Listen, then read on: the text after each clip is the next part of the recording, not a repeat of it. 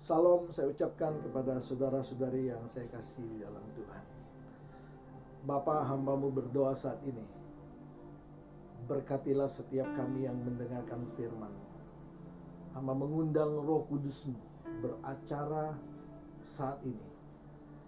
Baik bagi diri hamba-Mu yang menyampaikan kebenaran-Mu, dan baik bagi anak-anak-Mu yang ada di rumah dimanapun berada. Biarlah Roh Kudus-Mu lah yang menunjukkan, yang mengajar kebenaran firman-Mu. Terima kasih Bapa. Kemerdekaan akan terjadi, pembebasan akan terjadi, kelepasan akan terjadi. Di dalam dan di atas nama Tuhan Yesus kami sudah berdoa. Amin. Saudara-saudari yang saya kasih di dalam Tuhan, bila kita melihat keadaan dunia saat ini, khususnya kita di Malaysia dan Sabah, kita dapat melihat bagaimana keadaan disebabkan oleh COVID-19 yang berlarutan hingga ke tahun 2021. Kita melihat bagaimana syarikat-syarikat atau kilang-kilang company yang harus ditutup. Dan bukan hanya itu, menyebabkan ramai orang yang kehilangan pekerjaan, sehingga ekonomi merosot. Apalagi di dalam setiap keluarga pastinya mengalami keadaan yang sama, keadaan ekonomi, keuangan dan sebagainya. Dan kita melihat tidak sedikit orang yang tertekan akibat daripada keadaan ekonomi, keadaan rumah tangga dan sebagainya. Nah saudara, apakah yang perlu kita lakukan sebagai orang-orang percaya? Apakah yang perlu kita jalani di setiap hari untuk menghadapi situasi keadaan yang sukar ini? Di dalam firman Tuhan ada seorang pribadi yang luar biasa bernama Yusuf. Pribadi ini pada umur 17 tahun. Yusuf ini pada umur 17 tahun, dia bermimpi dan dia memberitahukan mimpinya kepada keluarganya. Dia katakan, aku bermimpi tentang berkas-berkas gandum, di mana aku melihat, dia katakan, berkas gandumku disembah, berkas-berkas gandum kamu tunduk menyembah kepada berkas gandumku, dia katakan. Dan mimpi yang kedua, dia berkata bahwa aku melihat bintang-bintang, matahari dan bulan menyembah aku. Itu menimbulkan kemarahan kepada keluarganya, khususnya abang-abang dia, saudara-saudara dia. Sehingga satu waktu dia ditangkap oleh abang-abangnya dan dibuang ke dalam perigi untuk dibunuh. Tapi mereka menukarkan pemikiran mereka, lalu menjualkannya kepada orang Midian, dan orang Midian membawa Yusuf ke Mesir, lalu memberi atau menjualnya sebagai hamba kepada Potifar. Di rumah Potifar, Tuhan menyertai Yusuf sehingga Yusuf, apa saja yang dia lakukan, Tuhan membuat berhasil. Dan ketika di rumah Potifar, istri Potifar coba menggoda Yusuf, tetapi karena Yusuf seorang yang takut akan Tuhan, akhirnya dia lari dari permintaan istri Potifar. Tetapi karena dia difitnah oleh istri Potifar, maka dia dimasukkan ke dalam penjara.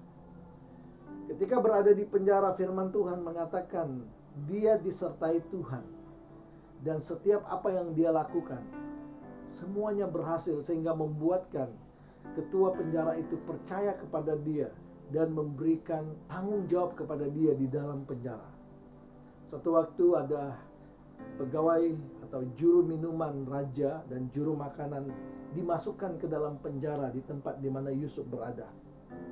Lalu mereka bermimpi, dan pada waktu itu Yusuf bertanya kepada mereka apakah mimpi mereka. Dan mereka memberitahukan kepada Yusuf tentang mimpi mereka, khususnya juru minuman. Dan akhirnya apa yang ditafsir oleh Yusuf itu terjadi dalam diri juru minuman dan juru makanan. Kalau juru minuman dikembalikan kepada tugas asalnya, itu sebagai juru minuman Firaun, dan juru makanan harus mati sesuai dengan mimpi mereka masing-masing. Dan suatu ketika Firaun juga mendapat mimpi, kita mendengar bahwa Firaun bermimpi tentang 7 lembu yang gemuk keluar daripada sungai Nil, dan 7 ekor lembu yang kurus keluar juga dari sungai Nil dan menerkam lembu-lembu gemuk itu dan memakannya. Dan kemudian dia bermimpi lagi, Firaun bermimpi lagi kedua kali mengenai bulir-bulir gandum yang gemuk, 7 bulir keluar daripada sungai Nil, dan kemudian 7 bulir-bulir yang kurus keluar juga dari sungai Nil dan menelan bulir-bulir gandum yang gemuk itu. Lalu ketika Yusuf dipanggil menghadap Firaun dan Yusuf mendengar mimpi Firaun, dia memberitahukan arti mimpi bahwa akan terjadi 7 tahun berkat kelimpahan di tanah Mesir dan di seluruh dunia, dan kemudian akan terjadi 7 tahun lagi kehebatan, kemarau, kelaparan dan sebagainya terjadi. Dan Yusuf memberikan suatu nasihat yang luar biasa kepada Firaun. Dia berkata bahwa Firaun harus mencari seorang yang bijaksana untuk supaya mengatur selama 7 tahun kelimpahan itu dengan sebaik yang mungkin, sehingga apabila 7 tahun kelaparan atau kemarau yang akan tiba, itu dapat diatasi dengan persiapan di 7 tahun sebelumnya. Dan akhirnya Firaun melihat bahwa tidak ada orang lain lagi yang boleh menjadi pengatur atau yang dapat mengurus semuanya itu. Akhirnya dia mengangkat Yusuf menjadi nomor 2 yang berkuasa di tanah Mesir. Saudara, di akhir cerita ini saya cukup terkesan dengan cerita Yusuf. Karena ketika saudara-saudaranya pergi menghadap kepada dia untuk meminta makanan, membeli makanan, Yusuf akhirnya memperkenalkan diri kepada mereka. Mereka ketakutan sebenarnya, karena mereka tahu bahwa apa yang mereka lakukan di masa muda Yusuf itu sangat jahat. Tetapi Yusuf berkata kepada saudara-saudaranya, saudara-saudaraku, dia katakan, semuanya ini terjadi karena rancangan Tuhan, kehendak Tuhan. Tuhan membawa saya lebih dulu ke tanah Mesir supaya menyelamatkan keluarga kita, bangsa kita. Saudara, kita melihat daripada cerita Yusuf ini suatu yang sangat luar biasa. Pertanyaannya kepada kita semua ialah, apakah arti, maksud, ataupun apakah kaitannya dengan kita pada hari ini? Saudara, bila kita melihat Yusuf, itu membawa kepada setiap pribadi kita. Yusuf adalah kita di hari-hari yang terakhir ini.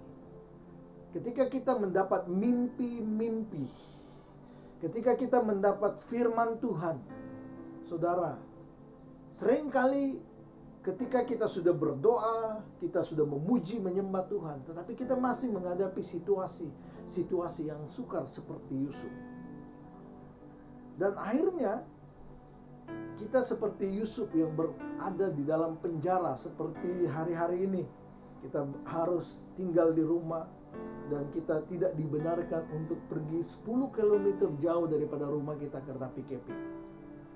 Dan apabila kita keluar, kita kena pakai pelitup mulut dan hidung, dan kita harus menggunakan sanitizer dan menjarakkan dengan yang lain sebanyak 1 meter.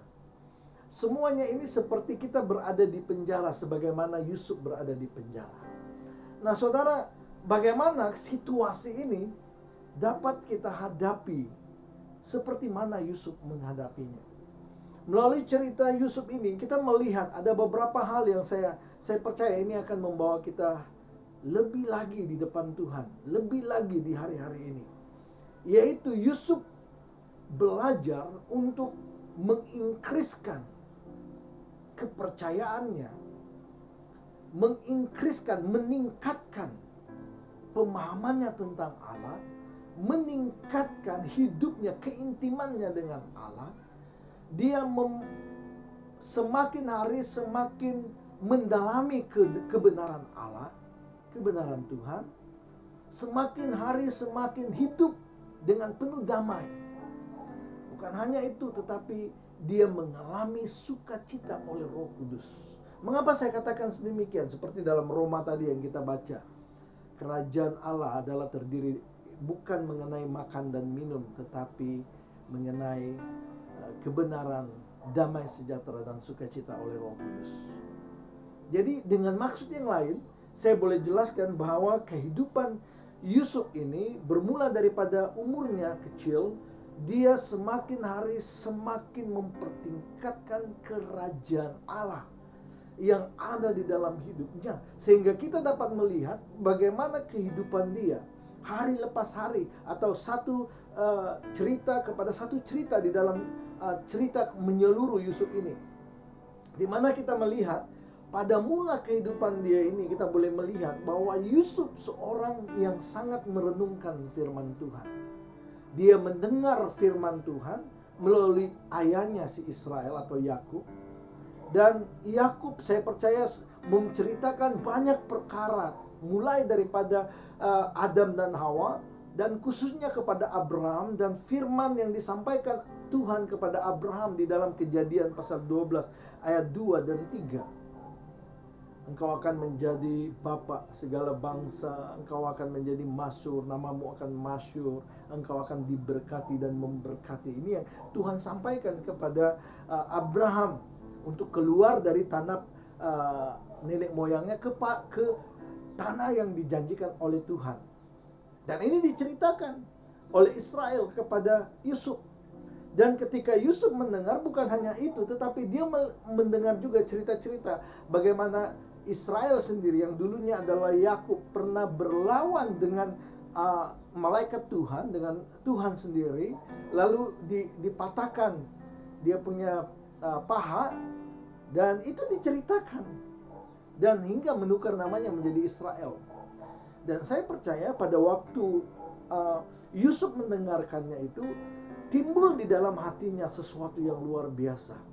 Allah mulai bekerja di dalam hatinya, dan dia mulai menginginkan apa yang terjadi kepada Abraham, apa yang terjadi kepada Ishak, apa yang terjadi kepada Yakub, itu terjadi kepada dia. Lalu apa yang terjadi, saudara? Dia melakukan pekerjaan, dia mulai menjalani hari-harinya dengan merenungkan firman Tuhan itu, merenungkan apa yang diceritakan oleh Israel kepada dia, oleh bapaknya kepada dia, sehingga dia termimpi. Dia bermimpi, saudara. Dia mengalami Tuhan lewat mimpi. Dia berjalan bersama Tuhan lewat mimpi. Dan akhirnya kita dapat melihat di dalam perjalanannya itu sendiri, saudara, ketika dia dimasukkan ke dalam perigi, ketika dia berada di rumah Potifar, ketika dia sebelum itu dijual kepada orang Midian, lalu di rumah Potifar, di dalam penjara sekalipun, saudara, kita melihat di dalam keadaan situasi yang sukar ini, dia tetap bertahan. Mengapa, saudara? Karena kebenaran yang dia miliki. Kenapa, saudara? Karena damai sejahtera yang dia miliki. Kenapa, saudara? Karena sukacita oleh Roh Allah di dalam dirinya membuat dia mampu menghadapi hari lepas hari, keadaan demi keadaan yang dia alami. Itu kita dapat lihat bagaimana penyertaan Tuhan di dalam hidupnya, karena kerajaan Allah itu bukan terdiri daripada perkataan, tetapi terdiri daripada kuasa. Sehingga dia mampu melewati saat-saat yang sukar, keadaan-keadaan yang sukar. Hidup yang luar biasanya berada di dalam penjara, dia dapat menghadapinya, saudara. Bukan hanya itu, tetapi ketika dia mendengar mimpi, Tuhan memberikan hikmat yang luar biasa, karena ada kebenaran yang ada di dalam dia, yang membuka segala rahasia yang tersembunyi. Dan akhirnya apa yang terjadi, saudara? Kita melihat sendiri. Dia menjadi orang yang nomor 2 berkuasa. Dan selama dia menjadi orang yang berkuasa, saudara, dia menjadi orang yang menyatakan kerajaan Allah. Bagaimana kerajaan Allah itu berlaku di tanah Mesir, di bangsa yang lain. Sehingga saudara, ketika keluarganya, saudara-saudara datang kepada dia, saudara, dia tidak menyimpan dendam. Dia ada damai, dia ada sukacita, dan dia memaafkan. Bukan hanya memaafkan, saudara, tetapi dia mengasihi, karena ada kerajaan Allah di dalam hidupnya, yaitu berbicara tentang damai sejahtera, kebenaran dan sukacita. Kita melihat ini suatu yang luar biasa di dalam hidup kita, saudara.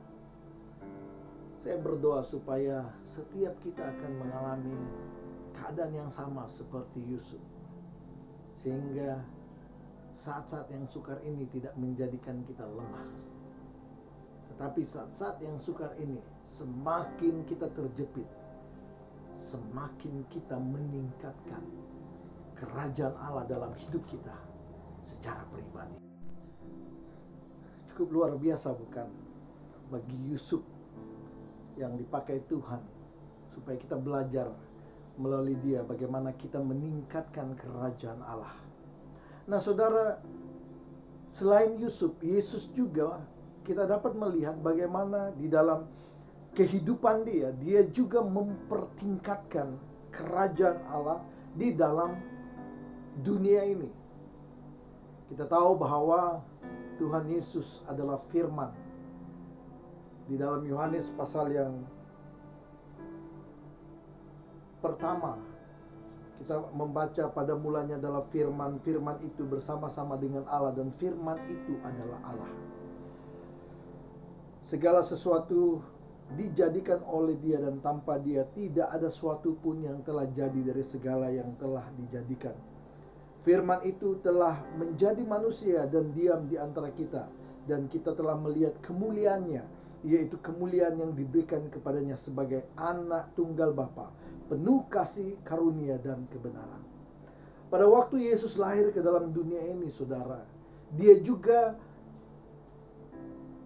memperlihatkan bagaimana dia mempertingkatkan kerajaan Allah itu di muka bumi ini. Kita lihat dia berkata di dalam Lukas 4 pasal 4 ayat 18-19, Roh Tuhan ada padaku, oleh sebab ia telah mengurapi aku untuk menyampaikan kabar baik kepada orang-orang miskin, dan ia telah mengutus aku untuk memberitakan pembebasan kepada orang-orang tawanan, dan penglihatan bagi orang-orang yang buta, dan membebaskan orang-orang yang tertindas, dan memberitakan tahun rahmat Tuhan telah datang. Nah, saudara, melalui ayat ini kita dapat belajar bahwa Yesus membawa sesuatu untuk disampaikan kepada orang-orang pada zaman dia, pada bangsa Israel. Yaitu kita melihat daripada Matius 4:23, Yesus pun berkeliling di seluruh Galilea. Ia mengajar dalam rumah-rumah ibadat dan memberitakan Injil kerajaan Allah, serta melenyapkan segala penyakit dan kelemahan di antara bangsa itu. Saudara, seperti yang kita sudah baca, bahwa kerajaan Allah itu bukan terdiri daripada perkataan, tetapi kuasa oleh kuasa. Yesus melakukan hal yang seperti itu, saudara. Dia bukan hanya menyampaikan firman, tetapi dia membuktikan firman itu dengan kuasa, otoritas. Dan itu adalah kerajaan Allah, yaitu tentang kebenaran, tentang damai sejahtera, tentang sukacita oleh Roh. Dan itu juga yang dia sampaikan dalam Lukas pasal 4 ayat 18 hingga 19. Untuk memberitakan pembebasan kepada orang-orang tawanan dan penglihatan, menyampaikan kabar baik. Semuanya ini, saudara, tidak dapat dilakukan oleh satu pribadi. Itu hanya boleh dilakukan oleh kerajaan. Dan kerajaan yang Yesus beritakan adalah kerajaan Allah. Dan daripada saat dia di Galilea, Yesus mulai menyebarkan, mempertingkatkan kerajaan Allah itu di seluruh Israel. Dia pergi kemana-mana, dia memberitakan kerajaan itu. Dia memberitahu kepada murid-muridnya 12 orang, 70 orang. Dia mengutus ke seluruh tempat 22 orang untuk menyampaikan kerajaan Allah dan membuktikan kerajaan itu. Dan bukan hanya itu saudara, tetapi ketika dia sudah terangkat atau setelah dia bangkit daripada kematian dalam masa 40 hari dia berjalan di muka bumi ini, dia memberitakan kerajaan Allah. Di dalam Kisah Para Rasul pasal yang pertama ayat ketiga, dia katakan, kepada mereka ia menunjukkan dirinya setelah penderitaannya selesai, dan dengan banyak tanda ia membuktikan bahwa ia hidup. Sebab selama 40 hari ia berulang-ulang menampakkan diri dan berbicara kepada mereka tentang kerajaan Allah. Saudara, Tuhan Yesus terus berbicara. Dan setelah dia terangkat, murid-muridnya 120 orang yang berada di tingkat atas rumah. Dan ketika Roh Kudus turun ke atas mereka, apa yang terjadi saudara? Petrus mulai berkhotbah tentang kerajaan Allah. Dan akhirnya apa yang terjadi saudara? Mereka mengalami peningkatan demi peningkatan seterusnya. Dan firman Tuhan mengatakan, Filipus juga di dalam Kisah Para Rasul pasal 8 ayat 12, dia juga memberitakan Injil tentang kerajaan Allah. Rasul Paulus juga sendiri di dalam Kisah Para Rasul 9 ayat 8, selama 3 bulan Paulus mengunjungi rumah ibadah di situ dan mengajar dengan berani. Oleh pemberitaannya ia berusaha meyakinkan mereka tentang kerajaan Allah. Berulang-ulang kali daripada Yesus sampai ke murid-muridnya memberitakan tentang kerajaan Allah, menjelaskan tentang kerajaan Allah, meyakinkan tentang kerajaan Allah. Dan kerajaan Allah itu adalah Yesus sendiri, dan Yesus dan kerajaan Allah itu tidak dapat dipisahkan karena kedua-duanya adalah satu. Dan akhirnya apa yang terjadi saudara? Kita melihat peningkatan, increasing the kingdom of God di dalam bangsa Israel. Sampailah ke hari ini. Dan akhirnya kita membaca di dalam Wahyu pasal yang kelima ayat 10. Dan engkau telah membuat mereka menjadi suatu kerajaan dan menjadi imam-imam bagi Allah kita, dan mereka akan memerintah sebagai raja di bumi. Telah menjadikan suatu kerajaan. Wow, saudara. Inilah yang berlaku melalui kisah Yusuf, melalui riwayat Yesus, Tuhan Yesus sendiri. Kita dapat melihat pentingnya untuk mengalami increasing kingdom atau tingkatkan kerajaan Allah di dalam hidup kita. Itu sangat penting, saudara. Karena ketika kerajaan Allah mulai menjadi besar, mulai menjadi kukuh di dalam hidup kita, saudara, kita akan menjadi seperti Yusuf dan seperti Yesus, walaupun berada di tengah-tengah kesukaran. Karena kerajaan Allah yang sudah kukuh di dalam hidup mereka, mereka dapat melalui setiap keadaan yang sukar. Sama seperti kita, saudara. Untuk kita melalui saat-saat yang sukar, COVID-19, ekonomi yang sudah menurun dan sebagainya di dalam dunia ini, saudara, kita harus kukuh di dalam kerajaan Allah. Kita harus teguh dalam kerajaan Allah. Kita harus tingkatkan kerajaan Allah di dalam hidup kita, di dalam hati kita, di dalam jiwa kita, di dalam roh kita, di dalam emosi kita, di dalam pemikiran kita. Kita harus kukuhkan kerajaan Allah sehingga segala sesuatu yang datang kepada kita, segala masalah yang datang kepada kita, saudara, kita dapat menghadapinya dengan kekuatan daripada Allah. Sebab ada kebenaran, sebab ada damai, sebab ada sukacita oleh Roh Kudus di dalam hidup kita. Saya mengajak supaya saudara-saudari, mari kita bersama tingkatkan kerajaan Allah di dalam hidup kita. Bermulalah dengan firman. Bacalah firman Tuhan. Renungkanlah firman Tuhan siang dan malam. Lakukanlah firman Tuhan. Berdoalah. Carilah kerajaan Allah.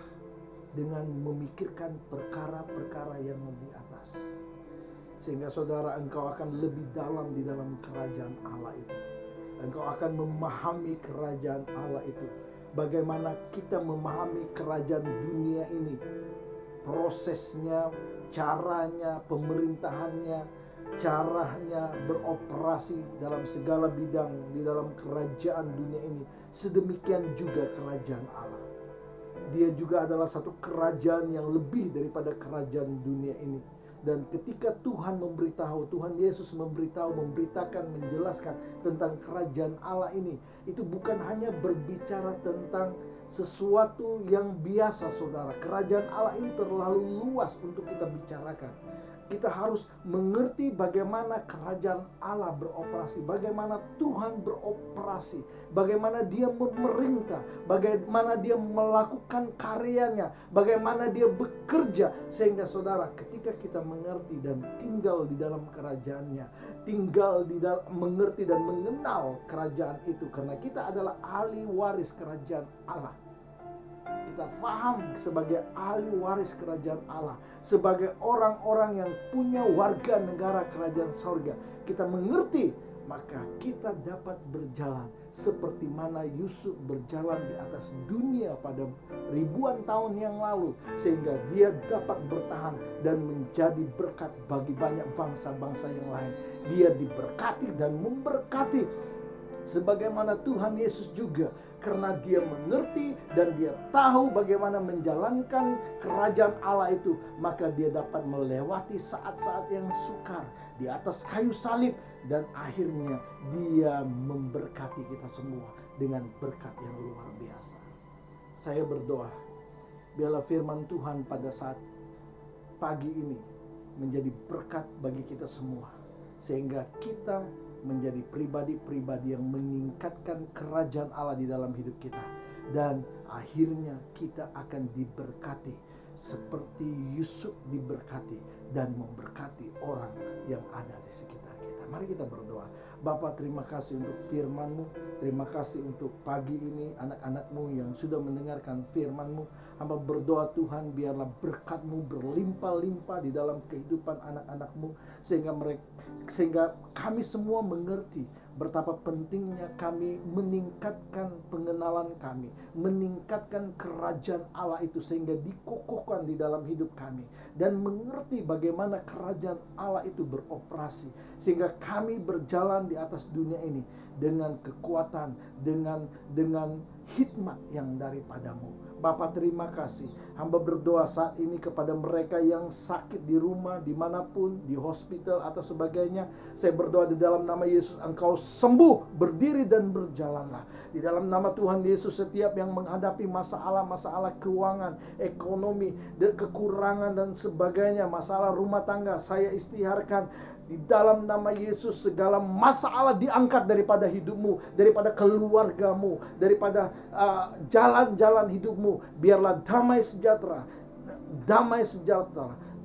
sejahtera dan sukacita oleh Roh Kudus melimpah di dalam kehidupanmu. Bapa, terima kasih Bapa. Hamba berhenti berbicara, tetapi biarlah Roh Kudus-Mu terus berbicara kepada setiap anak-anak Tuhan yang mendengarkan firman-Mu ini. Di dalam dan di atas nama Tuhan Yesus, hamba berdoa.